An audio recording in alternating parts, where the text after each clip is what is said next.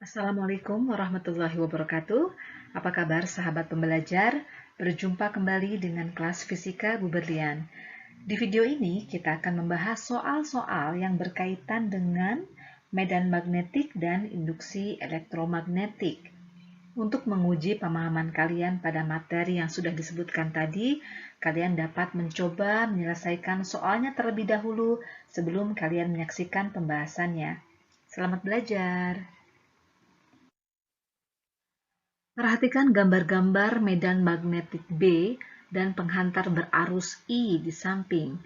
Gambar-gambar yang memperlihatkan arah medan magnet induksi B yang ditimbulkan oleh kuat arus I dengan benar adalah, oke, kita lihat gambar nomor 1.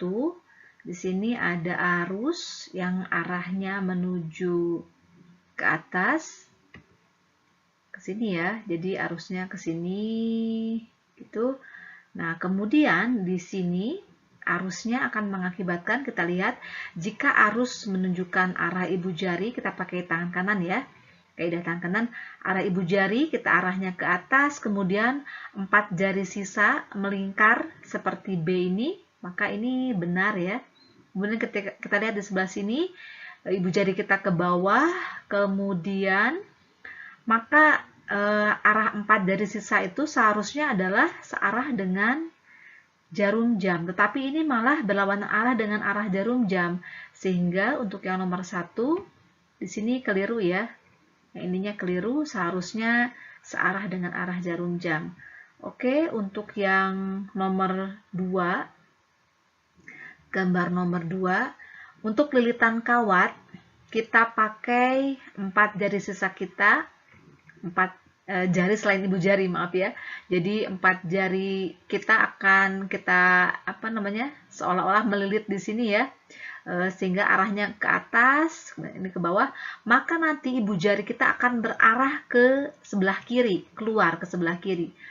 Jadi itu menunjukkan kutub utara dan sebaliknya di sini kutub selatan. Tetapi di sini malah terbalik, di sini malah sebelah kiri malah selatan, kemudian yang sebelah kanan malah utara ya, sehingga ini pun masih keliru ya. Oke, untuk yang nomor 3, kita lihat jika arus ke bawah, coba kita pakai ibu jari tangan kita arahnya ke bawah, maka 4 jari sisa itu akan melingkar ke sebelah kanan ya, akan melingkar ke sebelah sini, jadi searah dengan jarum jam ya. Tapi di sini malah B-nya malah berlawanan arah jarum jam, sehingga yang ini pun masih keliru. Oke, berikutnya yang nomor 4. Arah arus itu ditunjukkan oleh ibu jari tangan kanan kita berarah ke sebelah kanan. Jadi arah ibu jarinya ke sebelah kiri ya. Kemudian jari kita, 4 jari kita itu akan melingkar ya. Jadi kita melingkar. Nah, di sebelah atas itu arahnya masuk menembus bidang gambar. Kemudian untuk di sebelah bawah ini akan arahnya keluar. Jadi keluar dari bidang gambar. Sehingga kita bisa nyatakan bahwa gambar nomor 4 ini adalah jawaban yang tepat. Sehingga jawabannya adalah B, yaitu gambar 4 saja. Suatu lengkungan kawat dialiri arus I. Perhatikan gambar. Kuat medan magnet di titik A adalah, kuat medan magnet di titik A itu ditimbulkan oleh kawat berarus yang melengkung ya. Di sini merupakan lengkungan kawat setengah lingkaran. Sedangkan untuk kawat yang lurus ini itu tidak menghasilkan medan magnet di titik A ya. Di sini pun tidak menghasilkan medan magnet di titik A. Oke, jadi yang menghasilkan medan magnet di titik A adalah lengkungan kawat berarus di sini. Oke, jadi arusnya ke sini. Nah, inilah yang menyebabkan medan magnet di titik A. Oke, nah sekarang kita akan mencari berapakah kuat medan magnet di titik A. Kita bilang saja di sini adalah kuat medan magnet, kita simbolkan dengan B. B di titik A ini akan sama dengan Kita lihat lengkungannya adalah setengah lingkaran ya, atau kita bilang saja di sini theta per 360 derajat dikali dengan mu 0, permeabilitas ruang hampa, dikalikan dengan I, kuat arusnya di sini per 2A, dengan A itu adalah jari-jari sehingga ternyatakan dengan R ya. Oke, maka B di titik A itu sama dengan, karena sudutnya adalah 180 derajat, 180 derajat per 360 derajat, kemudian mu 0 I per 2R, ya kita coret di sini sama dengan 2, sehingga kuat medan magnet di titik A itu sama dengan mu 0 I per 4R ya. Kita lihat yang mana nih? Jawabannya adalah yang option C. Suatu daerah memiliki medan magnetik seragam 4 Tesla berarah ke utara. Pada medan magnet tersebut, sebuah muatan titik positif bermuatan 3 kali 10 pangkat min 10 Coulomb sedang bergerak ke selatan dengan kelajuan 200 meter per sekon.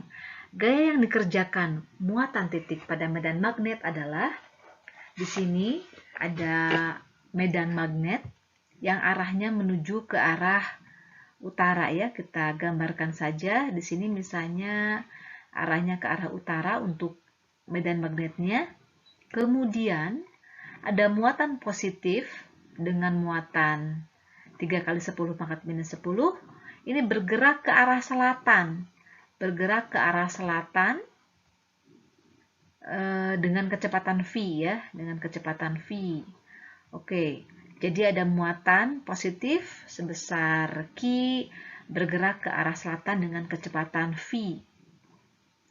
Oke, di sini gaya yang dikerjakan muatan titik oleh medan magnet, berarti yang ditanya adalah gaya Lorentz ya. Gaya Lorentz-nya itu akan sama dengan Q V cross B. Jadi untuk gaya magnet adalah perkalian cross vektor antara Q V gitu ya, kecepatan dengan medan magnetnya. Nah, dengan kalau kita masukkan seperti ini Q, maka nanti V B sin alfa. Dengan alfa itu adalah sudut antara V dengan B. Kita lihat sudut yang dibentuk antara medan magnet dan kecepatan itu sama dengan 180 derajat. Jadi VL itu sama dengan QVB sin 180 derajat, dan sin 180 derajat itu sama dengan 0, sehingga otomatis nanti gaya Lorentz-nya sama dengan 0. Oke, jadi jawabannya yang option E. Sebuah transformator mempunyai kumparan primer 200 lilitan dan kumparan sekunder 800 lilitan.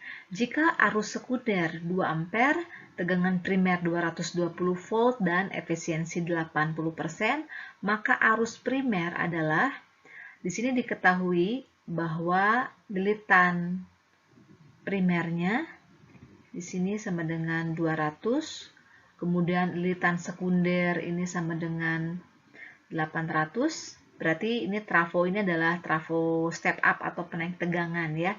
Kenapa? Karena jumlah lilitan di sekundernya itu lebih banyak.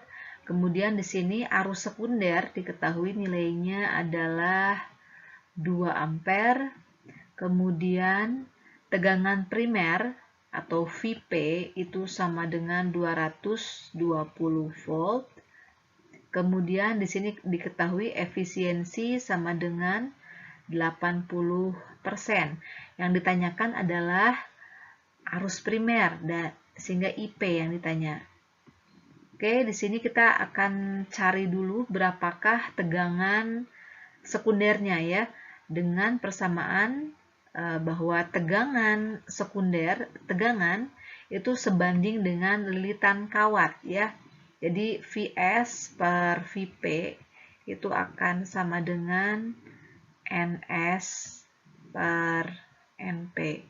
Sehingga kita akan nanti dapatkan tegangan sekundernya akan sama dengan lilitan sekunder per lilitan primer dikalikan dengan tegangan sekundernya ya. Dikalikan dengan Vp, ini sama dengan 800 dibagi dengan 200 dikalikan dengan 220. Oke, ini sama dengan Vs-nya sama dengan 880 volt. Oke, kemudian kita nyatakan efisiensi itu sama dengan daya sekunder per daya primer dikali dengan 100%. Oke, tadi efisiensi sama dengan 80%.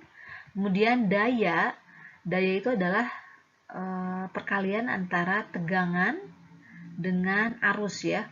Maka daya sekunder sama dengan tegangan sekunder dikalikan arus sekunder dibagi dengan tegangan primer dikalikan arus primer dikali dengan 100%. Oke, ini kita persennya kita coret, kemudian 80 dan 100 kita jadikan ini sama dengan 4 ya. Kemudian di sini 4, kemudian di sini sama dengan 5. Kita bagi 20 di kedua ruas, maka nanti 40 sama dengan tegangan sekunder tadi nilainya 880 per 220. Kemudian arus sekundernya tadi 2 ya. Di sini per IP dikalikan dengan 5. Oke, kita ini sama dengan 4. Kemudian di sini 4 sama dengan, oke, di sini bisa kita langsung coret juga bisa ya. Jadi di sini ruas kiri dan ruas kanan kita bagi 4, maka ini sama dengan 1. Kemudian ini sama dengan 10 per IP. Sehingga kita nanti dapatkan bahwa nilai IP itu sama dengan 10 ampere. Sehingga jawabannya adalah yang option B. Terima kasih telah menyaksikan video ini. Semoga bermanfaat. Untuk mendukung channel ini, silahkan tekan like, subscribe, dan menekan tanda lonceng untuk mendapatkan notifikasi video selanjutnya. Akhirul kalam, saya ucapkan Assalamualaikum warahmatullahi wabarakatuh.